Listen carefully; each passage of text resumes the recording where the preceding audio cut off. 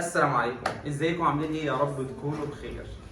النهارده 10/5/2023 دي اخر حصه للصف السادس الابتدائي. المنهج هيتغير السنه الجايه، ده تايم فور انجلش، دي اخر حصه، مع السلامه. كان منهج جميل جدا جدا من وجهه نظري، فلو عندك ابن في سنه 6 خليه يتفرج على الفيديو ده. دي المراجعه النهائيه اللي ان شاء الله اللي هيتفرج على المراجعه دي هيخش يقفل في الامتحان. كلام تاني. طيب عشان تتعامل مع ورقه الامتحان، ركز في اللي بقوله سؤال بسؤال. بعد ما تسمي بسم الله الرحمن الرحيم تبتدي تحل السهل بالسهل.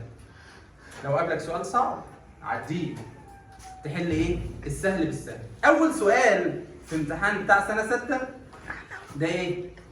السؤال الاولاني ايه؟ listening.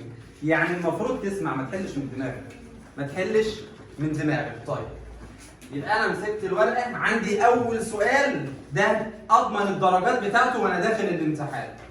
سؤال تافه جدا بيعتمد على ان انت ايه؟ تسمع. listen to your teacher. استمع لمدرسك كويس. طيب مثال مثلا جايب لك كده I am playing، ومثلا I am cooking. انت هتختار يا دي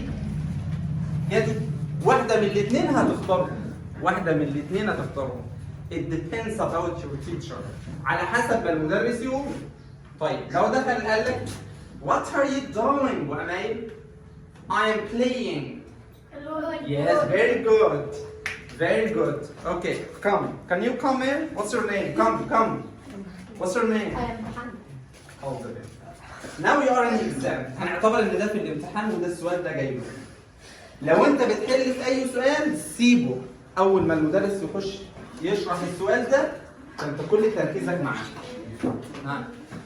What are you doing? I am cooking. Is he right? Yes.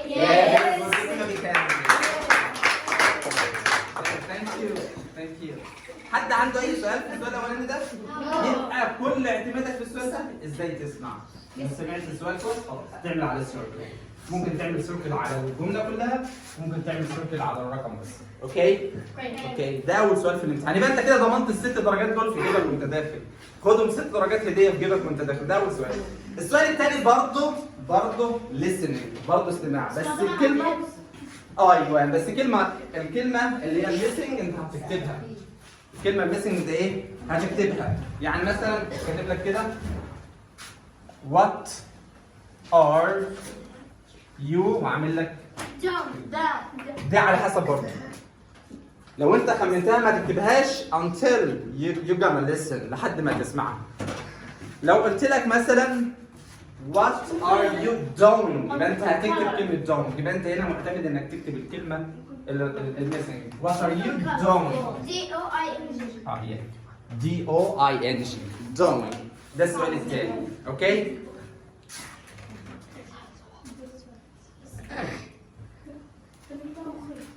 طيب جايب لك What's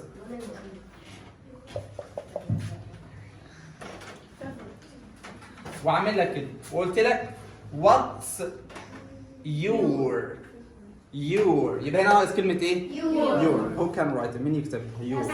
come. letter come. no خليها تيجي بس ثانية. What's your name؟ Sarah. Here you are. What's your? Yeah, very good. Is she right?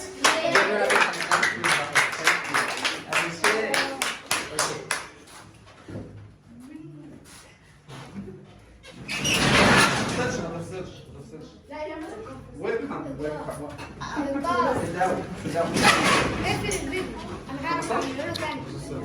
ده السؤال الثاني في الامتحان. حد عنده سؤال فيه؟ ابدا نخش. هتعمل ايه؟ لسه ما استنى مش هخش اتجوزها. اعمل ايقاف صح؟ لا مش وقفتش، انت ما توقفش. طيب انت جاي عليهم؟ لا انا هو اللي طيب ماشي. بصوا يا جماعه ركزوا معايا. نيجي للسؤال الثالث في الامتحان. عندي بص 4 كلمات، كلمة مختلفة، 4 كلمات وفيهم كلمة مختلفة. طيب عشان اعرف احل السؤال ده لازم اكون حافظ على الاقل 4 انواع من كل نوع. يعني مثلا الانيمالز اكون حافظ لي 4 انيمالز. الكولرز الالوان اكون عارف لي 4 كولرز الوان. لازم من كل نوع اكون عارف. يجيب لي حاجه مختلفه اكون طيب انا هدي سؤال ونشوف مين هيقدر يحل. جايب لي كده مثلا red green white cat. Yes. Yes. How can say it? You? Yes. Minna. Yes. Cat. Very good. Why? Because yeah. This is color and this is a color and this is a color. But this is an animal. Okay? Yes. So circle على كده ونحط ايه؟ اي color. Yellow. Black. Yellow, black, pink, whatever. يبقى السؤال ده في الامتحان معتمد انك تكون حافظ لك على الاقل 4 كلمات من كل نوع. لو الضمائر 4 ضمائر. افعال خلي بالك من الافعال، لو جالك افعال 3 مضارع 1 ماضي تشيل الماضي وتحط مضارع. اوكي؟ ها طيب في سؤال سهل جدا في الامتحان انا حابك تبتدي بيه اللي هو سؤال البانكتويشن، اخر سؤال في الامتحان، علامات الترقيم. في علامات الترقيم امتى تحط فول ستوب وامتى تحط question mark. It depends about the first word. على حسب الكلمة الأولى، امتى تحط علامة استفهام؟ here there. إما يكون سؤال طيب. يعني لو بادئ بكلمة ايه حط علامة استفهام؟ What? question. أما يكون سؤال يعني مثلا ال WH كلها what where when why who ال WH كلها. والافعال المساعده برضو تعتبر سؤال. الافعال المساعده زي ايه؟ do does did is are. دول لو شفتهم نحط في الاخر question mark. طب امتى نخلي الحرف كابيتال في نص الكلام؟ امتى؟ في ايه؟ ما يكون ايه؟ بلد، ايام الاسبوع زي Saturday Sunday Monday. شهور السنه زي March April May June July August. اوكي؟ طيب وبرضه لو جالك اس كده apostrophe تي apostrophe لان اكيد دي اصلها ايه؟ مختصره الكلمه. اوكي؟ ده سؤال سهل جدا في الامتحان، اوعى تنقص فيه. اوعى تنقص فيه. اوكي؟ طيب نيجي للباراجراف. في طلبه كتير بتخاف من الباراجراف وانا بقول لك don't worry about the paragraph. لو جالك باراجراف عن مكان، عن الزو، عن السكول، عن اي مكان، عن رحله، ممكن تكتب اللي هقوله لك ده. اي مكان إن كان هتروحه هتكتب كده مثلا last week. What does it mean last week؟ الاسبوع اللي فات. اكيد انت رحت المكان ده هتقول I. نقول go ولا went؟ went عشان بتكلم في الماضي. الاسبوع اللي فات I went to وتحط المكان لو اي مكان جاي لك اي مكان هتكتب last week I went to رحت وتحط اسم المكان. وتحط اسم ايه؟ المكان. بعد كده تحط في الستوب. انت اكيد رحت مع حد. هتقول I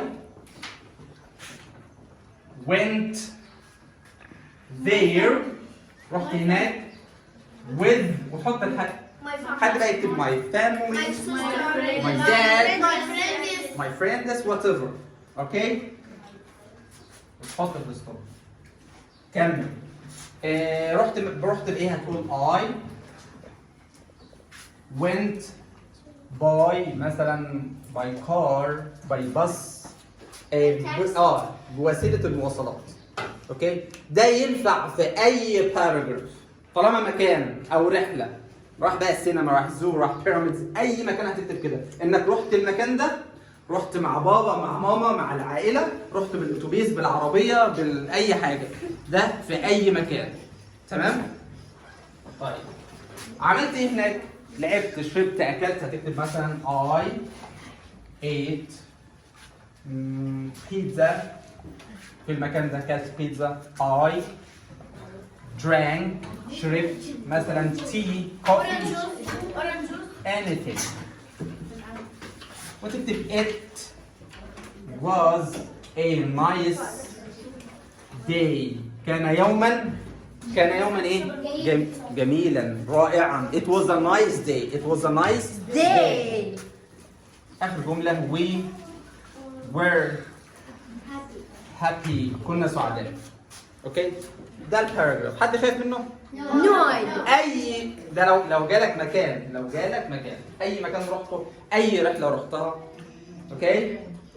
انا عايزك تخش الامتحان ده هتقفل ان شاء الله. إن شاء الله. يبقى لو حد عنده اي ابن في سنه 6 اوعى ينسى يشير الفيديو ده. اوكي؟ جود باي.